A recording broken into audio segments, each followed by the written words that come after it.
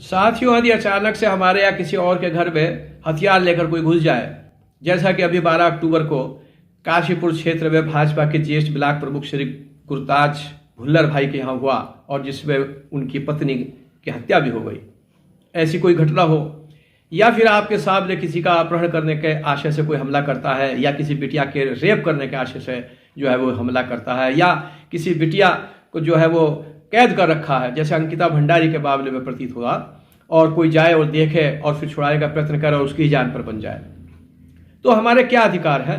2022 को ही supreme court ने एक ऐसे हत्या और रेप के मामले में आरोपी जो है, जिनको सेशन कोर्ट और हाई कोर्ट से फांसी की सजा हुई थी, अचानक उनको बरी कर दिया। पूरे देश में आक्रोश है।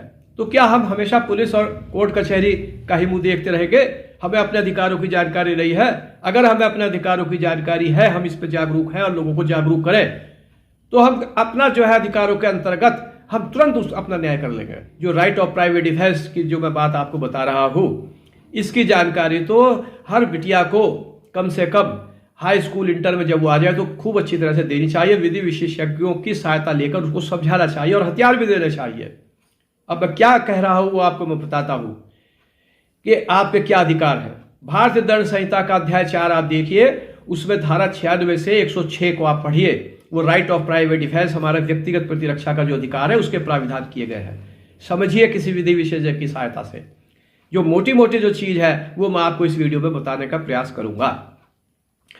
हमारे को जो है धारा 96 में अधिकार दिया हुआ है कि कोई भी हमला होता है अगर हमारे शरीर या संपत्ति के प्रति, तो हम उसको बचाने के लिए, अपनी प्रतिरक्षा करने के लिए जो कुछ भी कार्य करते हैं वो अपराध की श्रेणी में नहीं आएगा। हम उसका सिर फोड़ दें, उसे मार दें, उसका हाथ काट दें, यहां तक ही है कि कुछ ऐसे अपराध हैं जिनके जो हमलावर करे अगर वो अपराध, तो हम उसकी हत्या, उसका निधन भी कर सकते हैं। वो हत्या नहीं कहलाती है, उसे जान से भी मार सकते हैं। यहां तक हमको अधिकार दिए गए हैं। तो ये सब चीजों की आपको जानकारी बखूबी होनी चाहिए। अब मैं सीधे आपका जो ये अधिकार है व्यक्तिगत प्रतिरक्षा का, अपना और दूसरे के लिए भी आपको अधिकार है उसकी शरीर की और संपत्ति रक्षा करने का। उसमें हमलावर जो है उसकी जान लेने तक का अधिकार कब उत्पन्न होता है, वो कौन कौन से अपराध है जिनसे आपको, अगर आपके या किसी भी के प्रति भी हो, तो आपको ये अधिकार मिल जाता है कानून के अंतर्गत। धारा 100 पे आ जाइए आप सीधे। धारा 100 में ये प्राविधान किए गए हैं कि यदि हमलावर कोई ऐसा जो है हत्या करने के इरादे से कोई कार्य करता है कि ऐसा लगता है, आपको युक्तियुक्त आशंका पैदा हो जाती है कि आपकी हत्या हो जाएगी अगर आपने अपने अधिकार का प्रयोग नहीं किया, या फिर आपको जो है गंभीर चोट आएगी। इस गंभीर चोट का मतलब, इसकी भी डेफिनेशन दी हुई है, आप पढ़िए 325, 26 उधर पढ़िए, आप आईपीसी में सब मिल जाएगी आपको। घोर गंभीर अपराध से आपका हाथ कट जाएगा, हड्डी टूट जाएगी, सिर फूट जाएगा, आंख जो है वो आप जो है फूट जाएगी, या और इसी तरह का ये सब गंभीर अपराध। तो आपको ऐसी कोई आशंका हो कि भाई अगर हमने अपने अधिकार का प्रयोग नहीं किया तो ऐसा हो जाएगा, या किसी बिटिया का रेप करने के आशय से हमला करे, उसका अपहरण करने के, किसी व्यक्ति के बच्चे का या किसी वयस्क का भी अपहरण करने के आशय से, उसको अगवा करने के आशय से कोई हमला करता है, या फिर आप ये समझिए नया एक अपराध और जोड़ा गया। धारा नहीं, धारा तो 100 ही है। उसमें अगर किसी को कोई एसिड डालता है, उसको एसिड पिलाने की कोशिश करता है, कोशिश ही करता है, डालता नहीं है, डालने की कोशिश करता है या पिलाने की कोशिश करता है, प्रयास करता है, तो ये जितने भी इस तरह के अपराध है उनमें जो हमलावर है उसको जान से मारने तक का व्यक्तिगत प्रतिरक्षा का अधिकार आपको दिया हुआ है। ये बड़ा इंपॉर्टेंट है, इसीलिए मैं इस बात को फिर दोहराता हूं कि हमारी जो बिटिया है उनको ये जानकारी होनी चाहिए और उनको इस संबंध में हथियार भी देने चाहिए। कब तक हम ये पुलिस और कोर्ट कचहरी के चक्कर काटेंगे, इनके भरोसे रहेंगे? हमें अपने अधिकार का भी पता होना चाहिए। हाँ, इतनी बात जरूर है कि जब इसकी युक्तियों का आशंका पैदा हो तब प्रारंभ होता है ये अधिकार, और जब ऐसी आशंका खत्म हो जाए तो फिर नहीं। और दूसरी चीज कि जितने आपको उस अपनी प्रतिरक्षा करने का अधिकार जो है, जितना उससे बचाव कर ले, जो भी अपराध कर रहा है उससे बचाव के लिए जितना बल प्रयोग करना आवश्यक है उतना कीजिए। अगर आपको जो है बल प्रयोग ये लग रहा है कि इसकी जो है जान से ही मारना पड़ेगा, तो मार दीजिए फिर जान से उसको। तो ये सारी चीजें आप जो है अच्छी तरह पढ़िए। अब इसके अंदर एक बहुत महत्वपूर्ण और मजेदार बात आई है सामने, इसमें धारा 99 पढ़िए।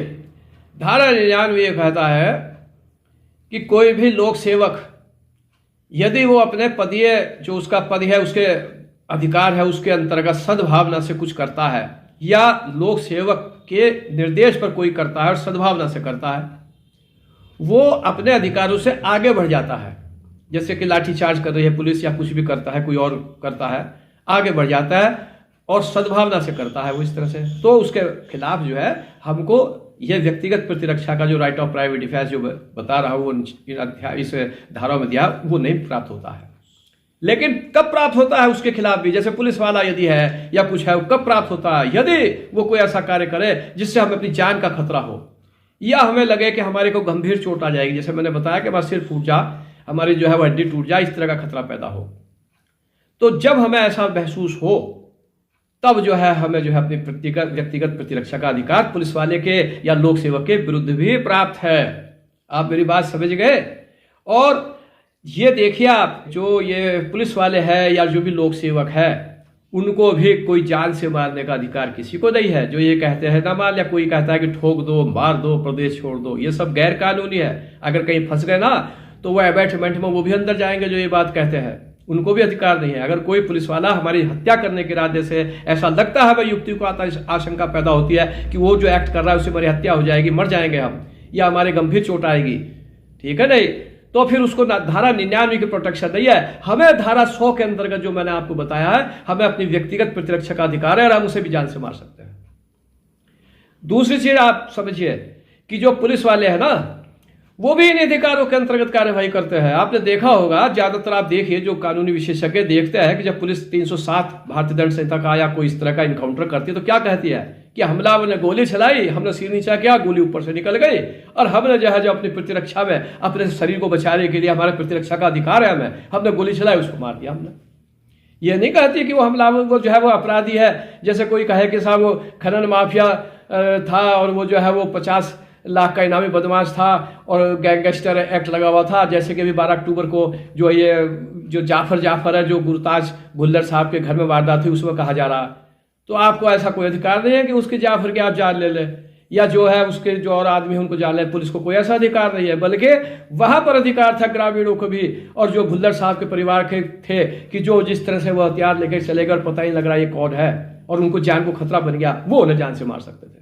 इसमें जो है मैं ये जो आज बात कर रहा हूँ इस संबंध में, वो कर भी इसीलिए रहा हूँ कि आपको इस तरह की जो घटना है, एक तो अपने अधिकारों का पता होना चाहिए, दूसरे जब ये सारे अधिकारों का पता होगा तो जो केस रजिस्टर्ड हुआ है गुरताज भुल्लर साहब के यहाँ, उसमें सीधे हाई कोर्ट में जाए और सीधे हाकिम कोर्ट में जाके अपनी FIR को क्वैश कराए, और उसके बाद ये बताया कि साहब हमने तो उनको कोई ऑफेंस भी नहीं किया, उसके बाद जो है हमारा खुद अधिकार था कि हम कर सकते थे, उनको जान तक से मार सकते थे जिस तरह से वो घर में घुस के आया है, और इस प्रकार से हमारी पत्नी का जो हत्या करके चले गए, और उसके बाद जाके जो है भाग भी गए वहां से। जो पुलिस वाले क्या ऐसे करते हैं, बिना वर्दी जो है वो पीछा कर रहे थे। तो ये सारी चीजें हैं, सबको पता है, जानकारी सबको है। मेरा तो आज का ये मकसद था और आगे भी रहेगा कि लोगों को अपने अधिकारों के प्रति जागरूक होना चाहिए, और इनसे निपटने के लिए इस तरह के जो लोग हैं, चाहे पुलिस वाला ही ऐसी कोई हरकत करता हो जो अपने बिल्कुल गैर जिम्मेदाराना, और जो हमारे जिससे जान को खतरा हो जाए या गंभीर चोट हमें पता आ जाएगी, और वो अपने अधिकारों से बाहर बिल्कुल जाके कार्रवाई कर रहा है, तो हमें अपने अधिकारों का पता होना चाहिए। और न्याय के लिए हमें हमेशा ये नहीं कि पुलिस के और कोर्ट कचहरी का ही मुंह ताकते रहे। जय हिंद, जय भारत।